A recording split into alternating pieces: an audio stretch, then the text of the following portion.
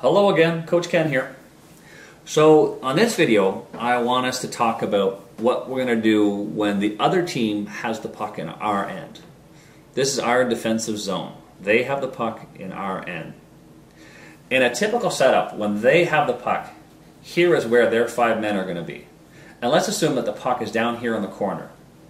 So the guy's got the puck in the corner, the 2 guys along the blue line, 1 guy in front of the net, and 1 guy along the boards.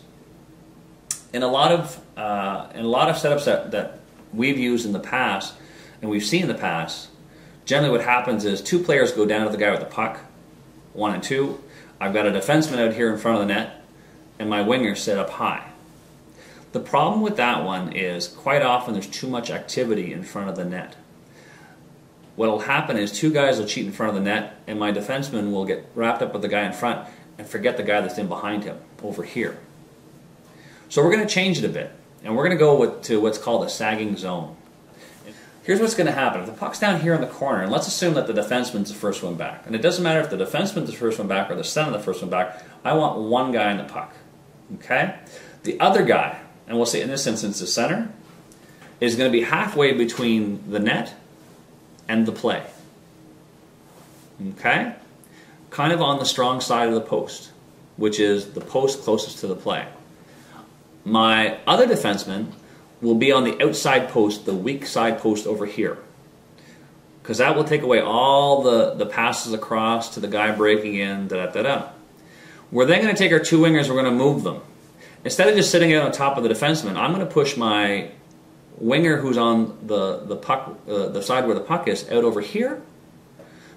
And then I'm going to put my other winger down lower in front of the net, covering, not really in front of the net, but covering the high guy. So if you look down here in front of the net, I have a triangle. I've got 1 guy in the puck, 1 guy covering the pass out to the half boards, 1 guy covering the high slot, and 2 guys covering the net. This way, the guy in the corner doesn't have a lot of options. The guy with the puck, if he goes to pass back here to either to the guy on the half boards or to his defenseman on that side, my winger will step in. If he tries to pass it out front, either my center who's there to block it off or that winger who's covering the guy in the high slot can block it off. The only pass we're leaving open really is this diagonal pass through the zone back to the opposite defenseman. And it's such a low percentage, I've got 3 guys who could pick off that pass. Okay?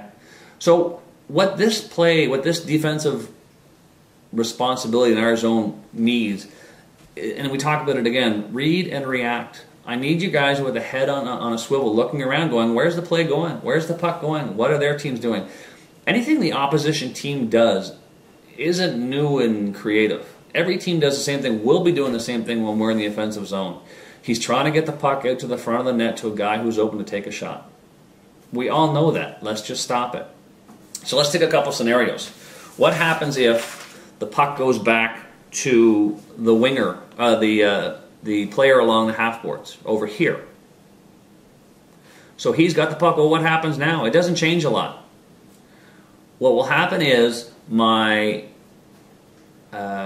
winger will attack him.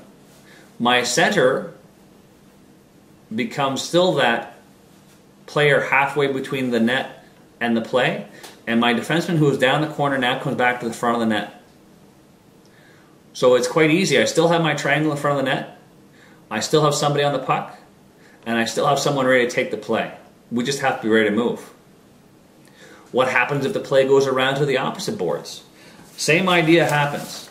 If the play goes around to the opposite boards, then everything just shifts across. The defenseman who was on the outside post now goes to the puck. The center who was on the other side now comes to this side. And the defenseman who's in the corner comes to the outside, what is now the new outside post. My winger shift over. My winger who was in front of the net now moves across here across to the boards. And my winger who's on the boards now moves to the front of the net. What we're trying to do is take away opportunities in the kill zone, the hot zone, home plate, anywhere in front of the net. Puck comes into that zone, all we need to do is clear it out quickly. Now these type of scenarios we'll work on in practice. We'll talk about, again, it's all just reading and reacting.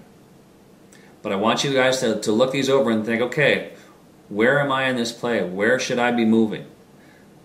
It's always a matter of looking around, seeing what's happening with the play. That's all for now.